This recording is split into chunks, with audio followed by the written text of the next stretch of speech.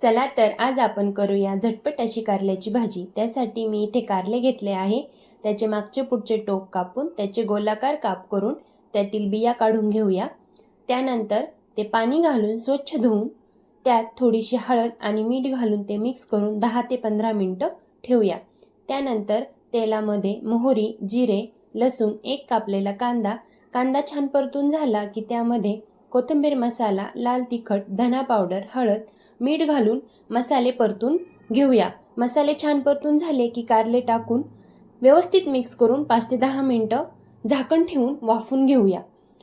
वाफवल्यानंतर 1 चमचा गूळ घालायचा। गूळ घातला की कारलं कडू लागत नाही। त्यानंतर 2 चमचे शेंगदाण्याचा कूट घालूया। वरतून कोथिंबीर घालून 1 ते 2 मिनिटं परतून घेऊया। चला तर तयार आहे आपली चटपटीत कारल्याची भाजी। अशा नवनवीन व्हिडिओंसाठी लाईक, शेअर आणि सबस्क्राईब नक्की करा।